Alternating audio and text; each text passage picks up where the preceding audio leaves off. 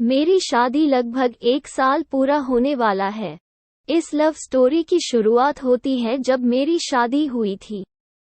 जब मैं पहली बार दूल्हा बनकर ससुराल पहुंचा, तब मैंने थोड़ी देर तक अपनी नज़र उठाकर किसी की तरफ भी नहीं देखा।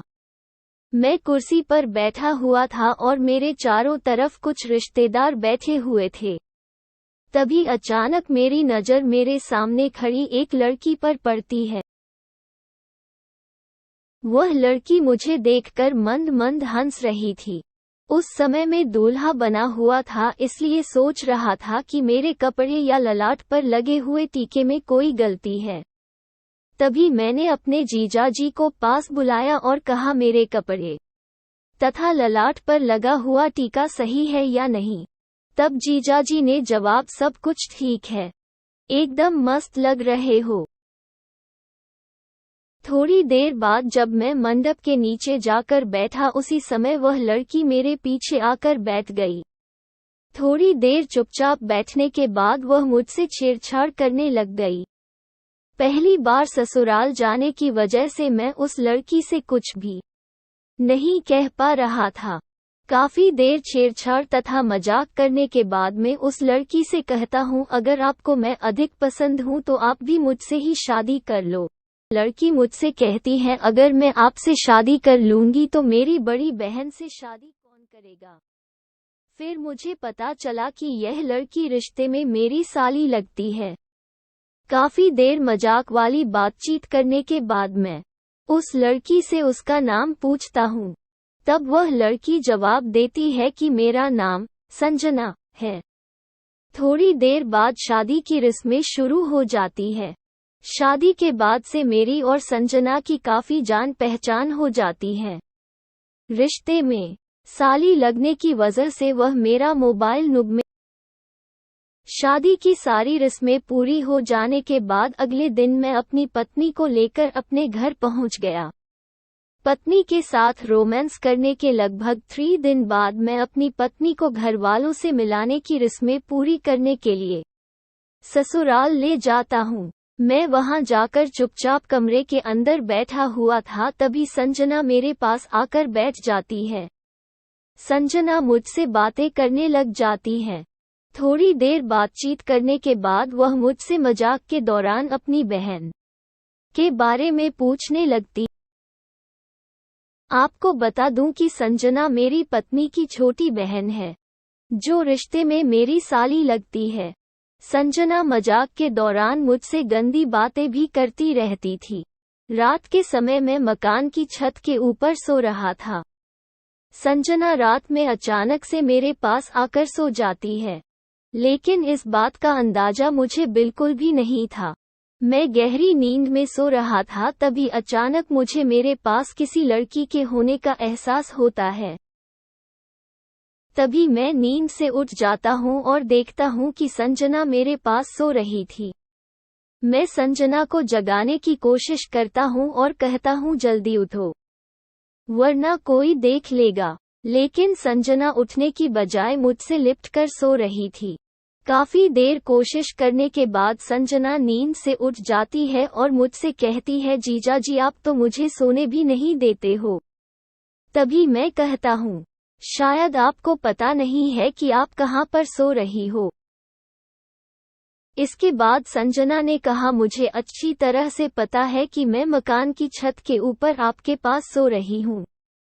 तभी मैंने कहा, आप चुपचाप नीचे जाकर सो जाओ और मुझे सोने दो। तभी संजना कहती है, मैंने मकान की छत वाले गेट को लॉक कर दिया है। अब कोई भी व्यक्ति मेरी इजाजत के बिना ऊपर नहीं आ सकता है। इतना सुनने के बाद मुझे भी थोड़ा आराम महसूस हुआ। मैंने सोचा कोई व्यक्ति छत के ऊपर आने से पहले गेट का लॉक खोलना चाहेगा, लेकिन उसकी चाबी संजना के पास है। इसके बाद क्या था, मैं भी पूरी तरह से निडर हो गया। काफी देर तक दोनों रोमांस भरी बातें करते रहे। थोड़ी देर बाद संजना मेरे गले से लिपट जाती है और अपने दिल की सारी बातें मुझे बता देती है। इन्हीं बातों के दौरान वह मुझसे कहती है कि मैं तुमसे अपनी जान से ज्यादा प्यार करती हूँ। संजना कहता है, तुम बहुत अच्छे हुए हो, इसलिए मैं तुम्हारे करीब आना चाहता हूँ। इसलिए कहने के बाद मैं संजना को किस करता हूँ। रोमांस करते समय हम दोनों मजाक भी कर रहे थे। रात के लगभग 1 बजे के बजट थे। इसके बाद मैंने संजना से कहा, अब मुझे नींद आ रही है, इसलिए तुम भी इशारा करते हो। संजना कहती है, नहीं, आज रात भर मुझे आपके साथ रोमांस भरी बातें करनी है। रात भर की बातें करने के बाद मैंने संजना से कहा कि सुबह 5 बजे बज गए, तुम अंगिया नीचे जाओ। इसलिए कहने के बाद संजना मुझे एक किस करके अंगूठा नीचे छोड़ा जाता है। अगले दिन मैं अपनी पत्नी को लेकर अपने घर चला गया। मुझे देखकर घर जाता है, संजना के चेहरे से मुस्कान चली जाती है और वह नाराज हो जाती है, क्योंकि मैंने रात के समय संजना को बताया था कि मैं आपके यहाँ 2 दिन के लिए एक्सपोजर के लिए आया।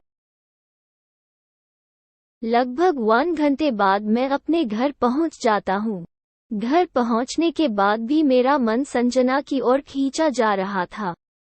थोड़ी देर बाद संजना मुझे कॉल कर देती है और कहती है, जीजा जी, आप तो बोल रहे थे कि मैं 2 दिन रुक कर जाऊंगा। मैंने कहा किसी काम की वजह से जाना पड़ा है, लेकिन अगली बार जरूर रुकूंगा और आपके कहने पर ही वापस आऊंगा। थोड़ी देर और बातचीत करने के बाद संजना कॉल डिस्कनेक्ट कर देती है।